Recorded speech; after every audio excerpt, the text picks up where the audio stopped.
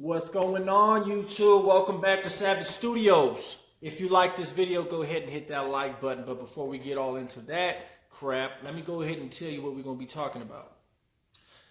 So on the yard, you see a lot of big dudes, but you do see a lot of small dudes. You see a lot of guys who, in stature, when they walk, how they walk, aren't necessarily the biggest guys, don't necessarily have a lot of muscle, and really can't really work out to save their life. So where do they stand in prison? And where does the big, buff, muscled up guy stand in prison? Well, today we answering that question. I'm going to answer to the best of my ability from my 10-year experience in prison, California prison system. Do muscles matter? You know, because you got to look back and you got to remember when Mexican Mafia was starting up, these weren't big guys. These weren't necessarily huge guys packed with muscles. You'd have a guy that was 5'6" or 5'7" run up on you and put a bone crusher.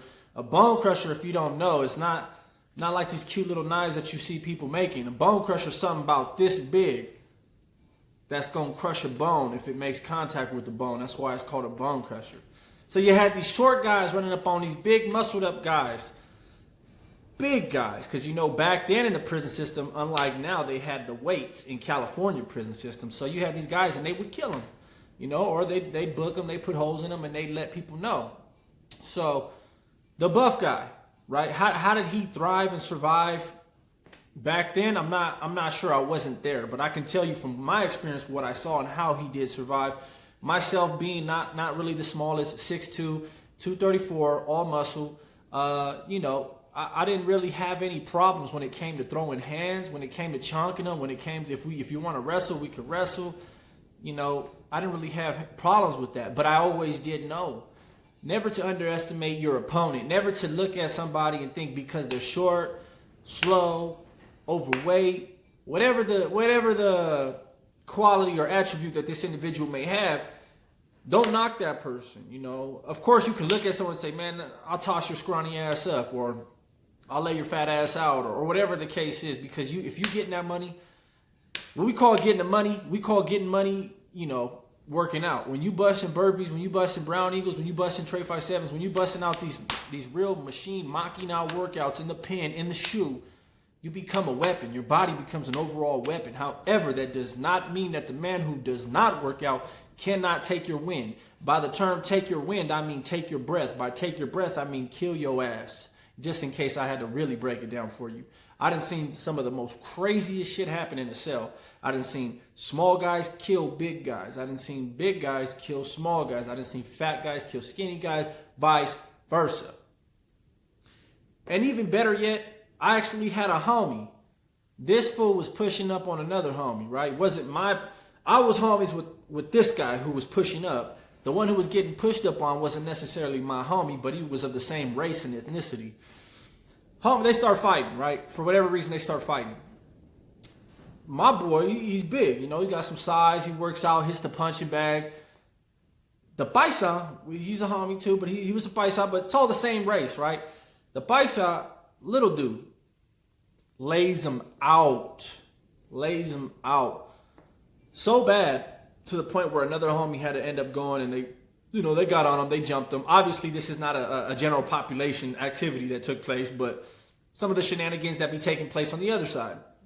So I sit back, right? I used to always sit back and tell myself, like, what do I stand on as far as muscle? Why do I work out, right? Why am I trying to be big, right? Why do I like to be big? What do I feel a desire to have muscles in prison? And for me, personally, it was never to intimidate. It was never to use as a scare tactic. I like to be strong. So I'm going to give you a reason why. I get shipped to Tehachapi Reception in 2010. I weigh $150, wet and wearing boots. I weigh $150. Whew!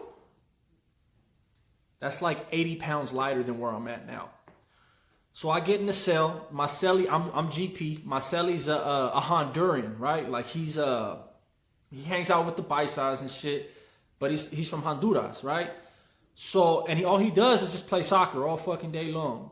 Anybody who been to reception knows when you're in reception, man, time goes slow. You don't got no TVs. Yard gets ran rarely, and every time they did run yard, we had a removal or something was going wrong.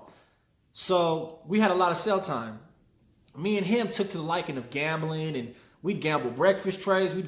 We'd play cards. We'd play pinochle, spades, darts against the wall with some rolled up water spitballs, but with no spit, with water. For anybody thinking I'm a dirtbag out there. Anyways, so I couldn't stand the dude. Me and him just weren't getting along, and he just kept telling me, dude, let's just talk to the COs and let's separate. At 19 years old, I had such a point to prove. I don't know to who, and I don't know why. But I looked at him and I was like, man, you trying to PC up?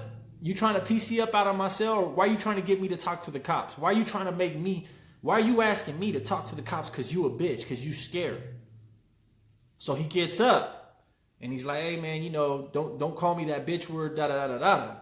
Mind you, my morning ritual is put breakfast aside. If it comes early, clean that floor, mop that floor up, clean the house up real clean, roll the mat up, keep the mat rolled up, etc., etc. Anybody knows that's just a morning time ritual if you're a clean person.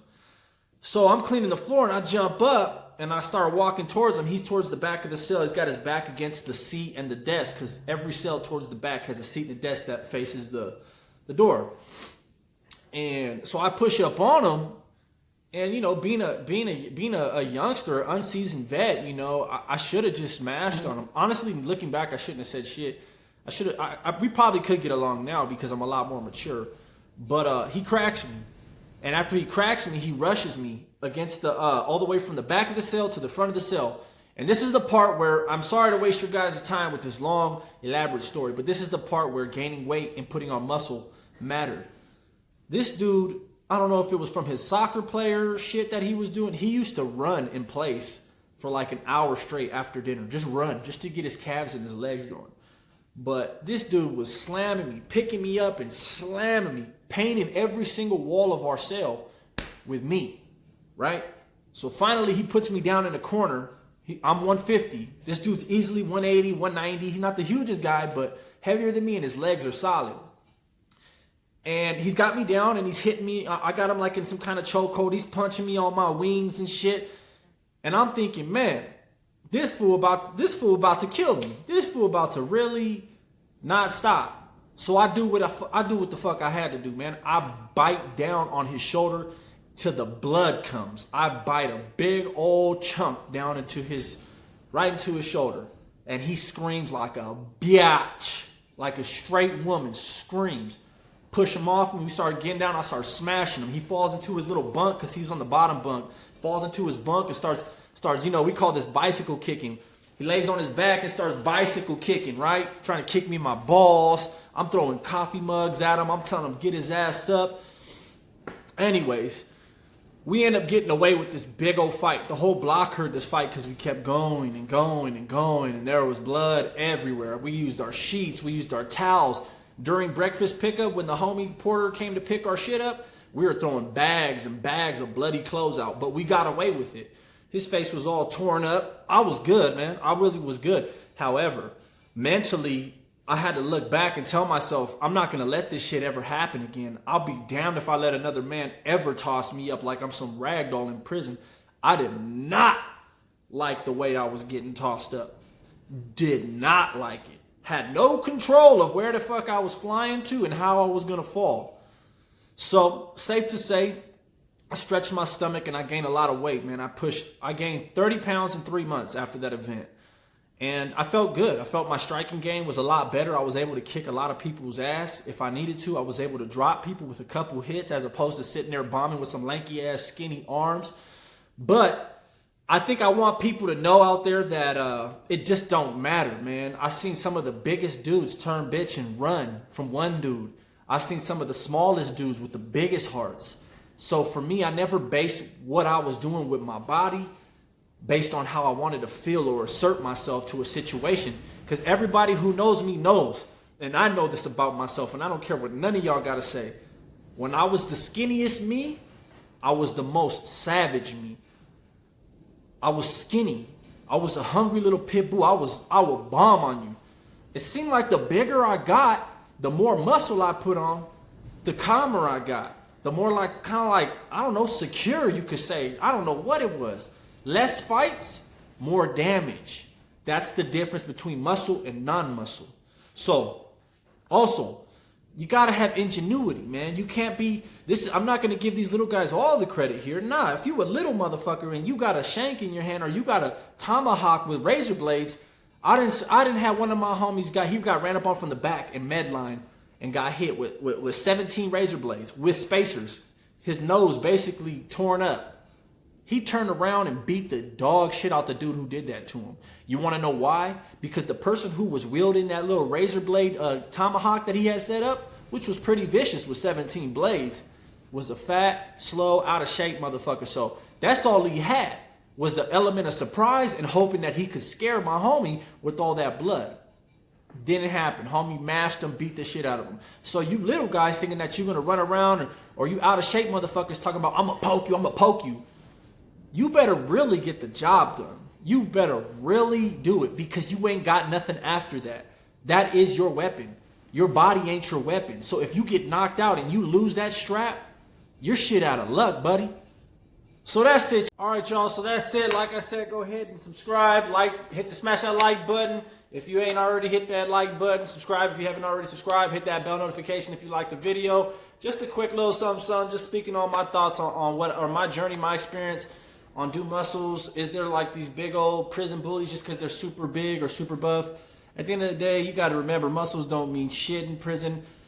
Enough little guys will kill your ass if you become a hassle. However, being big does kind of make your stay just a little easier. More and more people, you know, they don't want to fuck with you. You know, when you're big, people are less likely to come at you with some bullshit or some bitch shit. So on that note, you know, stay safe, stay savage, stay aware, stay dangerous. All right, deuces.